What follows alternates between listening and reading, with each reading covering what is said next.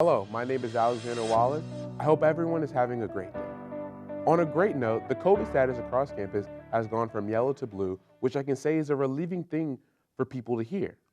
The standards around campus are masks are now optional in residence halls, Hoover dining halls, university common spaces for students to hang out in, and during university-sponsored events. Masks are still required during classes and labs, but loosening the mask mandate is a step in the right direction.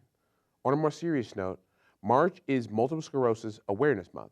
Multiple sclerosis is a chronic disease affecting the central nervous system, which affects women more than men.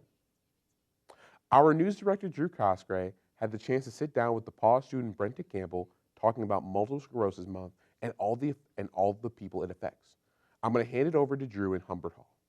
Thank you, Alex. I'm here with DePauw Jr. Brenton Campbell, who's also an RA here, and also happened to be my RA, which is how we met, and we were able to develop I'd say a pretty good friendship. I'd say so. And through that friendship, I was able to find out that your mom actually has MS, and I wanted to bring you on this show today to really talk about what it's like to have someone you love go through something like that. And just kind of dive deeper into it, and so ultimately you can tell your story and to ultimately raise awareness for it. So if you could tell me, how old were you when you first found out that your mom had MS?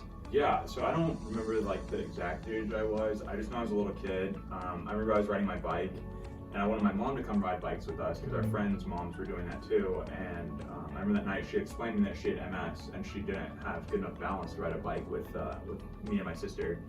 And with that, I kind of learned, and it wasn't until a couple years ago I really understood what was going on. But I remember at a really young age that she explained that she did have MS.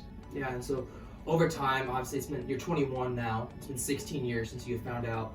How would you say her symptoms have evolved over time since you found out she was diagnosed over the course of 16 years? Yeah, so like I said before, MS is known as a snowflake disease. Yep. So every single person that has MS has different symptoms or different effects.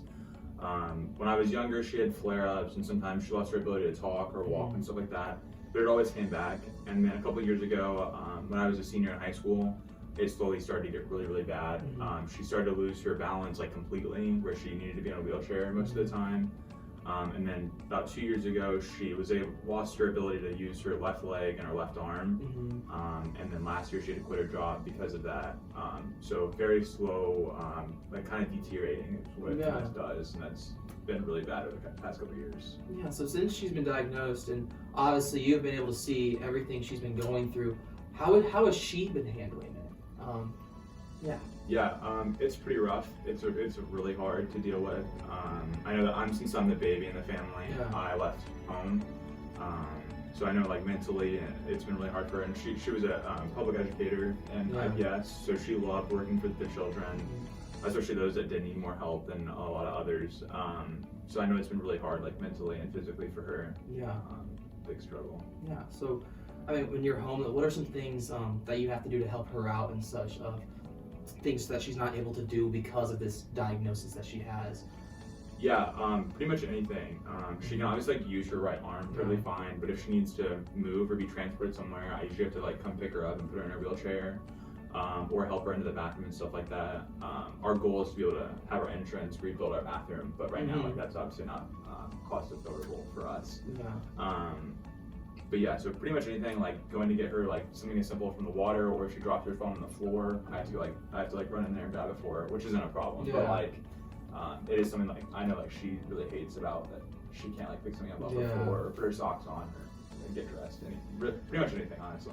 Yeah, obviously I'm not in your situation, so I can't even imagine how hard that can be sometimes. But right now you're wearing orange. And a big reason why I brought him on today is because it is MS Awareness Month. And, I think it's stories like this that people need to hear because, quite frankly, I could not imagine my mom having to go through that and seeing that struggle. And I just have so much respect for everything you've been able to fight through and everything you've been able to do to help your mom.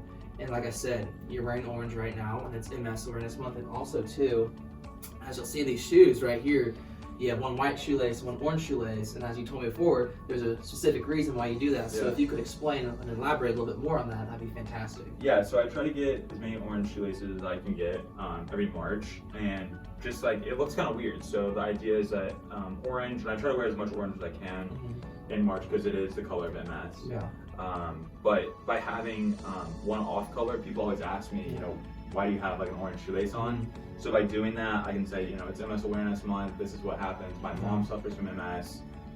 And it's not a very well-known disease. I found that a lot of people don't know about it, so I try my best to educate people to what I know, and just get the word out, because I know it means a lot to those who do have MS. So it catches people's attention, and people want to ask, why do you have an orange shoelace on? And I do think it's so important because, like you said, not many people know about this, and this is just one case of 2.3 million people who suffer from this diagnosis all around the world, and that's why it's so important, I think, to hear your story and your family's story about since your mom has been diagnosed, and also too, you've been talking about this fundraiser that's coming up. If you could tell me a little bit more about this MS fundraiser that you told me about before this interview. Yeah, so there's this company, which is the MS Foundation, and there's the MS Walk. So all across the United States and maybe even other countries, there's walks that go on, usually in April, so then you can fundraise all of March. And basically you make your own team. So my team is Team Teresa, which is my mom's name.